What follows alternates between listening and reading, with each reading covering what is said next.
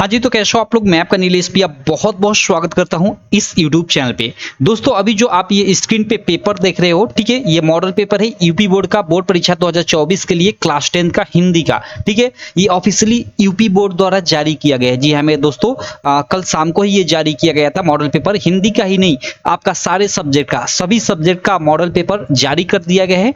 अब आप खुद अपने फोन में यूपी बोर्ड की वेबसाइट से ये मॉडल पेपर डाउनलोड कर सकते हो। लेटेस्ट पैटर्न पे आधारित ये मॉडल पेपर है। ठीक है, कैसे डाउनलोड करना है तो मैंने वीडियो बना दिया है कि मॉडल पेपर ये जो है इनको कैसे डाउनलोड करना है। उसका लिंक मैं इस वीडियो के आपको डिस्क्रिप्शन में डाल दूंगा। आप अगर डाउनलोड करना नहीं जानते हो तो उस वीडियो को देख लेना, उसमें बताया गया है कि कैसे मॉडल पेपर डाउनलोड करना है और ये पेपर आप डाउनलोड कर लेना। यही नहीं, आप हिंदी के अलावा इंग्लिश, मैथ, साइंस सबका आप लोग डाउनलोड कर सकते हो। ठीक है, तो चलो इस वीडियो में इस हिंदी के मॉडल पेपर को हम लोग सॉल्व कर लेते हैं। क्योंकि देखो, आप लोग का जो बोर्ड द्वारा जारी मॉडल पेपर होता है ना, मैं आपको बता दूं, हमने पिछले साल देखा था, वो 100% आप लोग के एग्जाम में फंसता है। सारा का सारा क्वेश्चन आप लोग के एग्जाम में आता है। अब आप कहोगे कि ऐसे कैसे, आप मतलब गजब, आप झूठ बोल रहे हो। तो मैं झूठ नहीं बोल रहा हूं। देखो, जैसे हिंदी का आपका 7 सेट होता है, आप जानते हो 7 सेट होता है ना पूरे यूपी में। तो सातों सेट में मतलब सातों सेटों में से इसमें से कुछ ना कुछ आता है। ठीक है, यानी किसी में 20% आ गया, किसी में 10%, किसी में 5% इस मॉडल पेपर से। यानी इसका सभी का सभी क्वेश्चन एग्जाम में आता है। तो आपका तो पता नहीं भाई 7 पेपर सेट में से आपका कौन सा सेट होगा, इसलिए ये सारा का सारा आपको पढ़ना पड़ेगा, सॉल्व करना पड़ेगा। ठीक है, तो चलो इसको सॉल्व कर लेते हैं। अभी मैं इसको केवल ऊपर ऊपर चलो आपको सॉल्व करा देता हूँ, पूरा का पूरा सॉल्व कराऊंगा। इसका डीप में सोल्यूशन में आपको फिर एक बार आपको कराऊंगा। क्योंकि देखो यहाँ पे मैं इसका ना अभी इसका पूरा का पूरा सोल्यूशन तैयार कर रहा हूँ। देख सकते हो यहाँ पे, आप लोग देख सकते हो, ये पूरा अच्छे से आपका लिख कि कैसे आपका संदर्भ लिखेंगे, कैसे रेखांकित अंश की व्याख्या करेंगे। ठीक है, ये सारा का सारा देखो मैं अच्छे से इसका पूरा का पूरा ये सॉल्यूशन कर रहा हूं। तो एक बार सॉल्यूशन कर लूंगा तब आपको अच्छे से एक बार वीडियो बनाकर फिर एक बार मतलब इसको बता दूंगा। लेकिन चलो यहाँ एक बार हम लोग ऊपर ऊपर इसको अच्छे से सॉल्व कर लेते हैं। यहाँ पे फर्स्ट प्रश्न आप लोग देख सकते हो। और बाकी कहूंगा, अगर आप अभी तक हमारा जो व्हाट्सअप जो चैनल है उसको फॉलो नहीं किए हो तो उसका भी लिंक इस वीडियो के डिस्क्रिप्शन में मिल जाएगा। आप व्हाट्सएप पे फॉलो कर लेना। ठीक है, वहां पे आपको लेटेस्ट अपडेट मिलती रहेंगी, साथ ही आपको और मतलब बहुत सारी चीजें मिलती रहेंगी। और हमारी जो एप्लीकेशन है यूपी एमएसपी स्टडी, उसे भी डाउनलोड कर लेना। वहां पे आपको काफी आपके स्टडी से रिलेटेड हेल्प मिलेगी। ठीक है, यहाँ पे टेस्ट भी आपको देने को मिल जाएगा। मैंने हिंदी का टेस्ट ऐड कर रखा है, सोशल साइंस का टेस्ट ऐड कर रखा है। आप जाकर यहाँ पे टेस्ट भी देना। तो आप गूगल प्ले स्टोर से ये हमारी एप्लीकेशन डाउनलोड कर सकते हो। चलो इन क्वेश्चंस को अब हम लोग सॉल्व करते हैं। पहला क्वेश्चन क्या है कि बाबू गुलाब राय किस युग के लेखक हैं। ठीक है, देखो यहाँ पे जो बाबू गुलाब राय है ना, वो आपके द्विवेदी युग के अंतर्गत भी आते हैं और आपके शुक्ल युग के अंतर्गत भी आते हैं। लेकिन उनकी ज्यादातर रचनाएं शुक्ल युग के अंतर्गत आती हैं, तो शुक्ल युगी ने एक तरह से लेखक है। ये आपका सी वाला ऑप्शन सही हो जाएगा। ठीक, उसके अलावा सेकंड प्रश्न है कि चिंतामणि किस विधा की रचना है। भाई चिंतामणि आचार्य रामचंद्र शुक्ल जी द्वारा लिखित निबंध विधा की रचना है। ए वाला ऑप्शन सही हो जाएगा। ठीक, उसके बाद देखो यहाँ थर्ड प्रश्न है कि गबन किसकी रचना है। भाई सब बताया हुआ क्वेश्चन है। मुंशी प्रेमचंद जी द्वारा लिखित उपन्यास विधा की रचना है गबन गोदान। ठीक है, आपने पढ़ा होगा। उसके बाद यहाँ पे एक शुक्ल युग की समयावधि है भाई 1919 से 1938 ईस्वी तक। ये बी वाला आपका बिल्कुल राइट ऑप्शन हो जाएगा। ठीक है, उसके अलावा चलो अगला पांचवा प्रश्न। ठीक है, नीड़ का निर्माण फिर। देखो मैं आपको बताया था, अभी कल ही परसों प्रमुख रचनाओं से संबंधित प्रश्न बताया था, तो उसमें बताया था कि नीड़ का निर्माण फिर और क्या भूलू के याद करो। ये दो चीजें आप लोग याद रखना। ये आत्मकथा विधा की रचनाएं हैं और किसकी है तो हरिवंश राय बच्चन जी की। हमेशा आप लोग के एग्जाम में आता रहता है। तो नीड़ का निर्माण फिर और इसके अलावा एक और याद रखना, क्या भूलू के याद करूं। दोनों आत्मकथा विधा की रचना है और किसकी है तो हरिवंश राय बच्चन जी की। ठीक है, उसके बाद अगला 6 नंबर प्रश्न देख लेते हैं। प्रिय प्रवास किस युग की रचना है। ठीक है, प्रिय प्रवास हमें यहाँ पे बताना है कि किस युग की रचना है। ठीक है, देखो अब यहाँ पे है कि द्विवेदी युग की, भारतीय युग की, या प्रगतिवादी युग की, या क्षयवादी युग की। तो आपका सही ऑप्शन हो जाएगा द्विवेदी युग की। ठीक है, प्रिय प्रवास आपकी द्विवेदी युग की रचना है। चलो अगला, एक मिनट यार गला बैठने लगा। अगला हम लोग प्रश्न देखते हैं। इसके बाद 7वां प्रश्न कि मधुशाला। भाई मधुशाला किसकी रचना है। सिंपल हरिवंश राय बच्चन जी की। ठीक है, मधुशाला किसकी रचना है हरिवंश राय बच्चन जी की। अगला प्रश्न आप लोग देख सकते हो। पेन का कलर थोड़ा मैं चेंज कर लेता हूं, कौन सा ले लूं, ये वाला ठीक रहेगा। चलो देखते हैं। ये भारत भारती किसकी रचना है। ओके, भारत भारती भाई किसकी रचना है। सियाराम शरण शुक्ल, मैथिली शरण गुप्त, या जयशंकर प्रसाद, या महादेवी वर्मा। सही ऑप्शन हो जाएगा मैथिली शरण गुप्त। ठीक है, भारत भारती या फिर आपका साकेत हो गया, उसके लेखक मैथिली शरण गुप्त हैं। अगला प्रश्न है कि आधुनिक काल की समय सीमा, भाई ये बता चुका हूँ, आधुनिक काल कब से कब तक माना जाता है, तो 1843 से अब तक का जो समय है उसको आधुनिक काल के अंतर्गत रखा गया है। ठीक है, चलो भाई इसके बाद अगला प्रश्न देख लेते हैं। अगला प्रश्न हम लोग का क्या है कि मतीराम किस युग के कवि हैं। देखो मतीराम आधुनिक काल, आदिकाल, भक्तिकाल या रीतिकाल। ठीक है, देखो मतीराम हो गए, भूषण हो गए, ये सब रीतिकाल के कवि हैं। ठीक है, चलो ये पद्माकर हो गए। आगे हम लोग चलते हैं। अगला हम लोग का 11 नंबर प्रश्न है, हास्य रस का स्थायी भाव है। भाई हास पढ़ाया हुआ है। करुण रस का स्थायी भाव मतलब वो क्या होता है, करुणा होता है, शोक होता है। ठीक, तो हास्य रस का हास और करुण रस का शोक, आप लोग याद रखना। उसके बाद यहाँ पे देखो, यहाँ पे हम लोग का प्रश्न संख्या 12 है कि सोहत और दे पीठ पर श्याम सलोने गात, मनोलीन बड़ी सैल पर आत्मो परे प्रभात। भी ये मतलब मैं कितनी बार आपको बता चुका हूँ। ठीक है, ये पिछले साल भी मैं कई बार बता चुका हूँ और ये निश्चित है बोर्ड में आता ही आता है। ये आप लोग के बुक में ही कहीं ना कहीं ये दिया हुआ है। ठीक है, किसी चैप्टर में, मुझे एक्चुअली चैप्टर का नाम याद नहीं है। ठीक है, तो इसमें कौन सा हमें पूछ रहा है कि उपयुक्त पंक्तियों में कौन सा अलंकार है, आप डायरेक्ट याद रखना उत्प्रेक्षा अलंकार। ठीक है, अगला प्रश्न देख लेते हैं 13 नंबर की, रोला छंद में कुल कितने चरण होते हैं। भाई 4 चरण होते हैं रोला छंद में। ठीक है, कितने चरण होते हैं, 4 चरण होते हैं। उसके बाद है कि आकर्षण शब्द में उपसर्ग है, तो आकर्षण उपसर्ग जो पहले लगा होता है, तो यहाँ पे आ उपसर्ग है। ठीक है, ये डी वाला। अब देखो यहाँ पे अगला प्रश्न 14 के बाद 15 नंबर। 15 नंबर प्रश्न क्या है भाई, रचना के आधार पर वाक्य के भेद हैं। भाई कितने भेद हैं, मैं आपको पढ़ा चुका हूं। ये मतलब ये वाक्य का स्वरूप, जो नया टॉपिक जुड़ा है वाक्य का स्वरूप, ठीक है, उससे ये रिलेटेड क्वेश्चन है और 1 मार्क का निश्चित है, आना ही आना है। ठीक, इससे रिलेटेड मैंने एक पूरा मतलब लंबी वीडियो, लगभग 50 मिनट की वीडियो बना रखा है वाक्य का स्वरूप में, जिसमें हमने सारा मतलब जितना भी वाक्य के स्वरूप में मतलब आपके एक तरह से बोर्ड एग्जाम के लिए सफिशिएंट है, सारी चीजें पढ़ रखा है। तो वो आप वीडियो देख लेना, क्योंकि आपके एग्जाम में भाई यही प्रश्न आएगा, इसकी तो कोई गारंटी नहीं है। ठीक है, तो इसलिए आप सारा का सारा कॉन्सेप्ट पढ़ लेना, उस कॉन्सेप्ट के आधार पे कोई भी प्रश्न आएगा तो आप कर जाओगे। ठीक, तो चलो रचना के आधार पे, चूंकि वाक्य के आपके 3 प्रकार होते हैं या 3 भेद होते हैं, और अर्थ के आधार पे एक होता है, उसमें 8 प्रकार होते हैं। चलो आगे हम लोग चलते हैं। अगला प्रश्न देखो, यहाँ पीतांबर में कौन सा समास है, ये पूछा जा रहा है। तो देखो पीतांबर यानी पीला है वस्त्र जिसका, अर्थात हम लोग कृष्ण भी बोल सकते हैं। तो यहाँ पीतांबर में आपका कर्मधारय भी समास होगा, ठीक है, और बहुब्रीहि भी समास होगा। लेकिन अगर कर्मधारय और बहुब्रीहि दोनों ऑप्शन है तो दोनों सही होगा, बिल्कुल सही होगा। लेकिन ओएमआर शीट में किस पे हम बाई ट्रिक करेंगे, एक ही पे करना है तो आप सी वाले पे करना। अगर कहीं पे लड़ाई हो कर्मधारय और बहुब्रीहि में, तो वहां बहुब्रीहि जीत जाता है एक तरह से। ठीक, ये आप लोग याद रखना, तो यहाँ बहुब्रीहि समास हो जाएगा।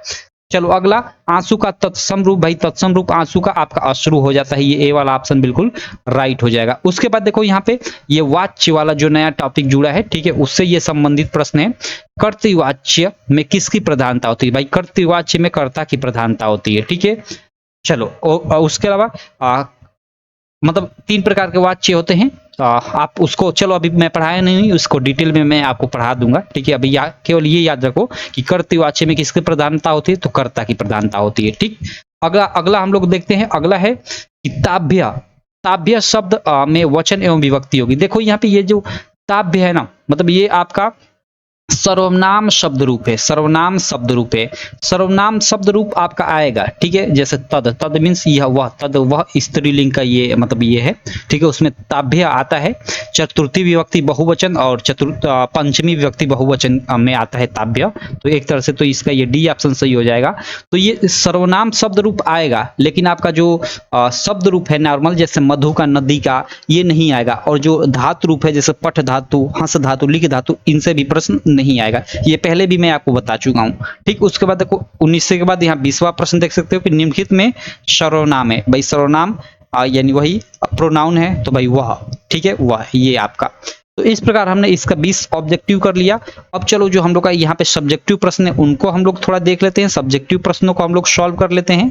ठीक है, देखो यहाँ पे पहला यहाँ पे प्रश्न क्या है, आपका किस प्रकार का रहेगा, ये तो मैं पहले ही बता चुका हूँ, सेम उसी तरह रहेगा। यहाँ पे आपका मतलब एक गद्यांश दिया रहेगा, ठीक है, इससे रिलेटेड 3 थे प्रश्न पूछा रहेगा।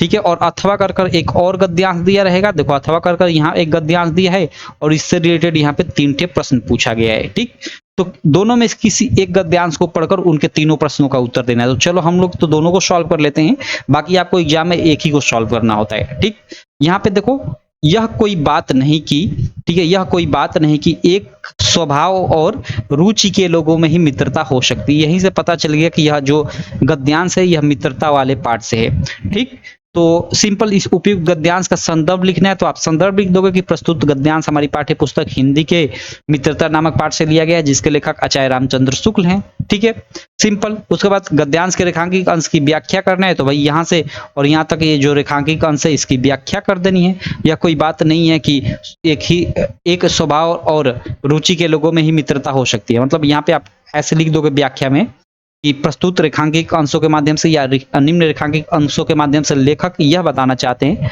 कि मतलब यह बात सत्य नहीं है कि एक ही स्वभाव या फिर एक ही रुचि रखने वाले लोगों में ही मित्रता होगी, बल्कि विभिन्न प्रकार की रुचि रखने वाले लोगों में भी, मतलब अलग अलग रुचि रखने वाले लोगों में भी मित्रता हो सकती है। ठीक है, आगे कि समाज में विभिन्नता देकर लोग ही एक दूसरे की ओर आकर्षित होते हैं, तो इसका आप लोग कर दोगे कि मतलब वही कि समाज में मतलब विभिन्नता देकर, मतलब जैसे मतलब कोई किसी व्यक्ति के पास कोई गुण है और किसी दूसरे व्यक्ति के पास वह गुण नहीं है तो वह उसके पास आकर्षित होता है, मतलब उसके पास जाता है उस गुण को सीखने के लिए। सिंपल। तो चलो अभी ऐसे ऊपर ऊपर समझ लो, इसका अच्छे से मैं व्याख्या कर आपको एक बार और सॉल्व कराऊंगा इस पेपर को। ठीक है, उसके बाद यहाँ लेखक के अनुसार समाज में विभिन्नता देखकर लोग वही क्यों आकर्षित होते हैं, तो भाई जो उनके पास गुण नहीं है वो दूसरे व्यक्ति से सीखना चाहते हैं, इसीलिए वो विभिन्नता देकर दूसरे की तरफ आकर्षित होते हैं। तो ये 3 प्रश्नों का आप उत्तर लिखो, या फिर ये नीचे जो गद्यांश है इसके 3 प्रश्नों का उत्तर लिखो। तो चलो इसको भी हम लोग देख लेते हैं। देखो,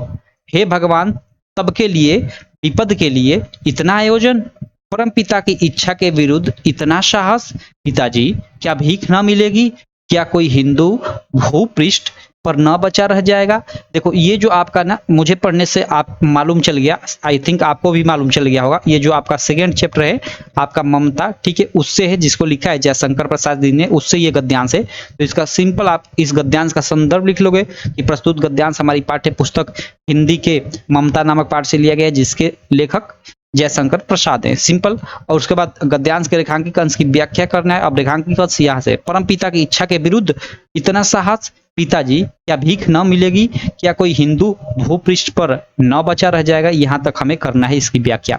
यहाँ पे देखो मतलब जो ममता है वो अपने मतलब पिता को बोलती है, पिता को कहती है, जब पिता उसके मतलब एक तरह से मतलब ब्राइब लेकर आते हैं। ठीक है, तो क्या कहती है ममता यहाँ पे, क्या कहती है कि परम पिता मतलब की इच्छा के विरुद्ध, मतलब परम पिता मीन्स यहाँ पे ईश्वर, ठीक है, ईश्वर की इच्छा के विरुद्ध मतलब इतना साहस, मतलब ये आप ये क्या कर रहे हो, मतलब इतने धन जुटाकर आप क्या करोगे, पिताजी क्या भीख न मिलेगी, पिताजी, चूंकि इसमें ये ममता ब्राह्मण मतलब आप पढ़ोगे अच्छे से तो ब्राह्मण से बिलोंग करते हैं, ब्राह्मण समाज से, तो यहाँ पे इसका ऐसे लिख दो कि चूंकि हम ब्राह्मण हैं तो हमें क्या भीख नहीं मिलेगी, क्या कोई हिंदू भूपृष्ठ पर न रहा मतलब बचा रह जाएगा, क्या कोई भी हिंदू व्यक्ति नहीं बचा रह जाएगा इस भूपृष्ठ पर, यानी इस भूमि पर जो हमें भीख, भीख यानी वही एक तरह से भीख मतलब कहने का मतलब दान, ठीक है, हमें दान में कुछ ना दे सके। तो सिंपल इसकी ये मैंने नॉर्मली तौर पे इसकी व्याख्या बता दी, बाकी इसको हम लोग अच्छे से देखेंगे। ओके, रेखांकित अंश का यहाँ पे भाव स्पष्ट करना था, मतलब भाव भी यही भाव ही हो जाएगा। ठीक है, उसके ममता द्वारा किस कार्य को ईश्वर की इच्छा के विरुद्ध बताया गया है। ठीक है, ये तो ममता द्वारा घूस लेने के कार्य को ईश्वर के विरुद्ध बताया गया, ये इसका आंसर हो जाएगा। ठीक, तो ये आपका गद्यांश और ये आपका हो गया फर्स्ट और सेकंड। उसके बाद सेकंड में भी आपका इसमें क्या रहेगा, इसमें पद्यांश दिया रहेगा, जैसे यहाँ पे याम पे एक पद्यांश दे देगा और देखो यहाँ नीचे अथवा कर कर एक पद्यांश दे देगा। ठीक है, 2 पद्यांश दिया रहेगा, तो दोनों में से कोई आपको एक ही करना होगा। लेकिन यहाँ पे चलो हम लोग दोनों को देख लेते हैं। देखो ये आपका ये है, चरण कमल बंधु हरि राय, भाई कितनी बार करा चुका हूँ, चरण कमल बंधु हरि राय, सूरदास जी द्वारा ये लिखित है, सूरदास जी का जो चैप्टर है पद, उसी से ये लिया गया है। ठीक है, तो चलो इसका मतलब मैंने अब बता दिया, तो इसका आप संदर्भ लिख लेना। और चूंकि यहाँ पे व्याख्या, यहाँ पे बहिरो सुने गूंग पुनि बोले, रंग चले सिर छत्र धराई, यानी बहरा सुनने लगता है, गूंगा बोलने लगता है, और जो मतलब दरिद्र यानी गरीब व्यक्ति होता है वो भी अपने सिर पे छत्र धारण कर चलने लगता है। इसका ये एक तरह से ये अर्थ हुआ जो यहाँ पे रेखांकित अंश है। ठीक है, यहाँ पे ये वाला, तो ये इसकी आप व्याख्या करते रहना, उपयुक्त पंक्तियों में कौन सा अलंकार है, ठीक है, ये हमें बताना है। तो भाई चरण कमल बंधु हरि राय, भाई कितनी बार मैं आपको करा चुका हूँ। ठीक है, तो आप मतलब इसमें कौन सा अलंकार है, तो इसमें आपका मतलब आपका रूपक अलंकार एक तरह से हो जाएगा। ठीक, तो ये मैं कई बार करा चुका हूँ, इसको छोड़ता हूँ, चलता हूँ आगे। एक बार मैं जैसा कि बोल रहा हूँ आपको अच्छे से इसको लिखकर आपको अच्छे से आपको बताऊंगा। अभी इसके लिए ऊपर ऊपर ही हम लोग देख लेते हैं। बाकी देखो ये वाला जो पद्यांश है आपको ऊपर वाला करो या नीचे वाला करो, लेकिन हम लोग यहाँ दोनों कर रहे हैं। सुनी सुंदर बैन सुधारण साने सयानी है जानकी जानी वाली। देखो ये ना तिरछे करी नैन तिन्हे, ये आपका मतलब जो आपके तुलसीदास है ना, तुलसीदास में आपका एक स्लेबल है मतलब वनपथ पर। एक तो धनुष भंग है और एक है वनपथ पर। तो ये वनपथ पर वाले स्लेबल से ये ली गई लाइन से। ठीक है, तो सिंपल अब इसका आप इस पद्यांश का आप संदर्भ लिख लोगे। और देखो इसमें आप ध्यान रखना कि इसमें संदर्भ लिखते समय इसमें आप रचयिता शब्द यूज करना। मैंने शायद यहाँ रचयिता बोला ना, आप रचयिता मतलब भाई जो गद्यांश होता है उसमें आपको लेखक शब्द यूज करना होता है कि प्रस्तुत गद्यांश हमारी पाठ्य पुस्तक मित्रता के प्रस्तुत गद्यांश हमारी पाठ्य पुस्तक हिंदी के मित्रता नामक पाठ से लिया गया, जिसके लेखक आचार्य रामचंद्र शुक्ल हैं, ऐसे। और गद्यांश में कैसे बोला जाता सॉरी पद्यांश में कैसे लिखा जाता है कि प्रस्तुत पद्यांश हमारी पाठ्य पुस्तक हिंदी के वनपथ पर नामक पाठ से लिया गया है, जिसके रचयिता तुलसीदास है, ऐसे। ठीक है, आप इसको याद रखना, पद्यांश में हमेशा रचयिता शब्द यूज करना। तो आप इसको कर लेना, मैं आगे चलता हूं, आगे देखते हैं। अगला देखो जो थर्ड वाला प्रश्न रहेगा आपका, वो क्या रहेगा, वो आपका मतलब यहाँ पे इसमें संस्कृत की लाइंस दे देगी। आपका हिंदी में आप जानते हो कि संस्कृत वाला भी पार्ट है। यहाँ पे आपकी मतलब दो रहेगा, एक ऊपर और एक ये नीचे।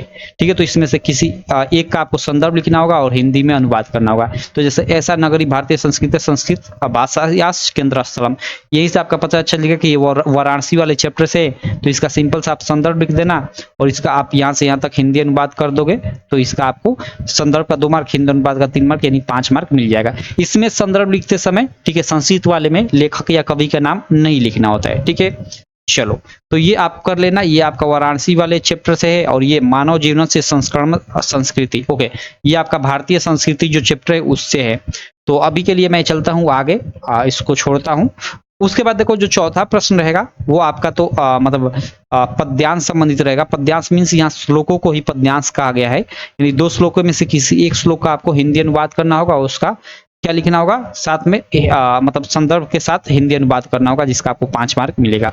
तो देखो, मान हित्वा प्रियो भवति, क्रोधम हित्वा न सोचती, काम हित्वार्थवान भवति, लोभम हित्वा सुखी भवेत। ओके, तो ये आपके किस मतलब चैप्टर से है ये मतलब आपको बताना है। और उसके अलावा ये सर्वे भवन्तु सुखिनः सर्वे सन्तु निरामया, ये एक है, इसको आपको बताना है। मतलब दोनों में से आपको किसी एक को आपको पहचान कर, ठीक है, और आपको क्या करना है, आपको लिखना है। तो यहाँ पे देखो जो ये ऊपर वाला है ना, ये मतलब ये वाला, तो आपका जो जीवन सूत्राणी आपका चैप्टर है संस्कृत में, उससे ये श्लोक है। तो श्लोकों को ही पद्यांश बोला गया है। तो इसका एक तरह से आप संदर्भ लिख सकते हो कि प्रस्तुत संस्कृत पद्यांश हमारी पाठ्य पुस्तक हिंदी के संस्कृत खंड के जीवन सूत्राणी नामक पाठ से उद्धृत है। इसमें उद्धृत लिखा जाता है या आप लिया गया भी लिख सकते हो। ठीक, तो इसका संदर्भ लिख दिए और इसका आप हिंदी अनुवाद एक तरह से इसका मतलब वही अर्थ लिख दो। मान हित्वा प्रियो भवति, मतलब एक तरह से कहने का मतलब कि मनुष्य क्या छोड़कर प्रिय हो जाता है।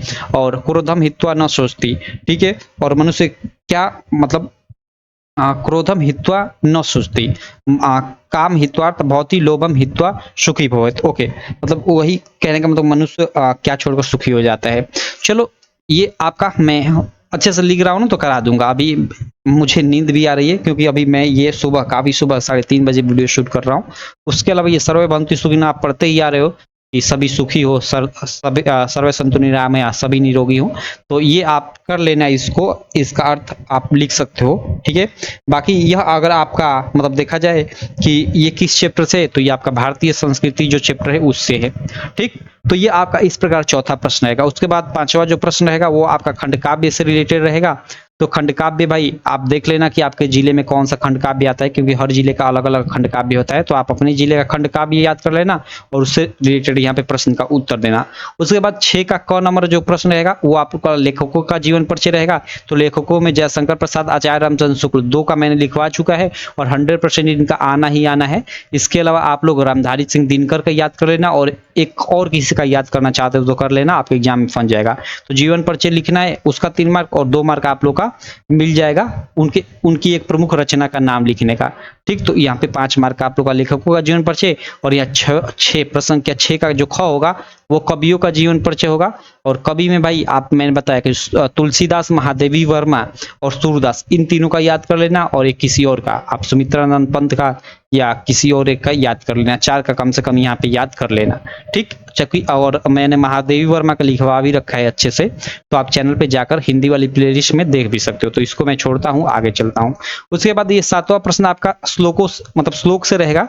कोई भी एक मतलब आपकी अपनी जो बुक है उससे कोई भी एक श्लोक लिखना होगा जिसका आपको 2 मार्क मिल जाएगा। ठीक है, 2 लाइन का श्लोक 2 मार्क आपको मिल जाएगा। तो आप कोई भी श्लोक याद कर लेना, कोई भी आसान सा, और उसको यहाँ पे लिख देना। उसके बाद प्रश्नोत्तर संख्या जो 8 रहेगी वो भाई आपका प्रश्नों के संस्कृत प्रश्नों के उत्तर से संबंधित रहेगी। मतलब यहाँ पे 4 संस्कृत के ये प्रश्न रहेंगे, इनमें से किसी 2 का ही उत्तर देना होगा जिसका आपको 2 मार्क मिलेगा। ठीक, तो पूर्व राजा का आसित, चंद्रशेखर का आसित, वीर केन पूज्यते, वीर वीर पूज्यते, मतलब सभी ये आसान है। 4 में से किसी 2 का ही लिखना है तो आप लिख लेना। ठीक, चलो उसके बाद यहाँ पे आपका निबंध से संबंधित प्रश्न रहेगा। ये 7 मार्क का रहेगा। पिछले साल 9 मार्क का था लेकिन इस बार 7 मार्क का रहेगा। यहाँ से 2 मार्क निकाला गया है। और पिछले साल जो यह प्रश्न था ये संस्कृत उत्तर वाला, ये आपका 4 मार्क का था लेकिन इस बार ये भी 2 मार्क का कर दिया गया। तो यहाँ से 4 मार्क निकालकर यहाँ एक नया प्रश्न ऐड कर दिया गया है इस साल। आप लोग देख सकते हो पत्र लेखन। ठीक है, अब देखो पत्र लेखन भाई किसी भी टॉपिक पे आ सकता है, कोई एक निश्चित टॉपिक नहीं है। हालांकि ये जो अगर आपके मॉडल पेपर में दिया है तो ये निश्चित है कि किसी ना किसी पेपर सेट में तो फंसेगा ही फंसेगा, किसी ना किसी 1 या 2 पेपर सेट में तो ये फंसेगा ही फंसेगा। लेकिन आपको लिखने का तरीका आना चाहिए पत्र, और पत्र मैंने एक टॉपिक पे लिखवा रखा है, बाकी इसको भी मैं आपको अच्छे से लिखवा दूंगा, कोई दिक्कत नहीं होगी। ठीक है, तो ये रहा एक तरह से पूरा का पूरा आपका हिंदी का यूपी बोर्ड का मॉडल पेपर बोर्ड परीक्षा 2024 के लिए। ठीक है, मैंने ऊपर एक तरह से जल्द इसको सॉल्व करवा दिया। बाकी इसकी एक नेक्स्ट वीडियो आएगी जिसमें इसको मैं डिटेल में एकदम अच्छे से सॉल्व कराऊंगा। ठीक, देखो इसका मैं नीचे आपको दिखा देता हूँ, अच्छे से सॉल्यूशन कर रहा हूँ। यहाँ पे आप लोग देख सकते हो, ये देख सकते हो पूरा अच्छे से ये सॉल्यूशन कर रहा हूँ। तो इसको सॉल्व कर लूंगा, अभी आधा मदा किया हूँ तो अच्छे से एक वीडियो अच्छा खासा लाऊंगा। चलो, आशा करता हूँ ये वीडियो आपको अच्छी लगी होगी। वीडियो चली तो यार चैनल को सब्सक्राइब कर देना, वीडियो को लाइक कर देना, और साथ ही जो हमारी एप्लीकेशन है UPMSP study Google play store पे मिल जाएगी, इससे आप डाउनलोड कर लेना। ठीक है, चलो मैं मिलता हूँ आपसे नेक्स्ट वीडियो में, तब तक के लिए थैंक यू।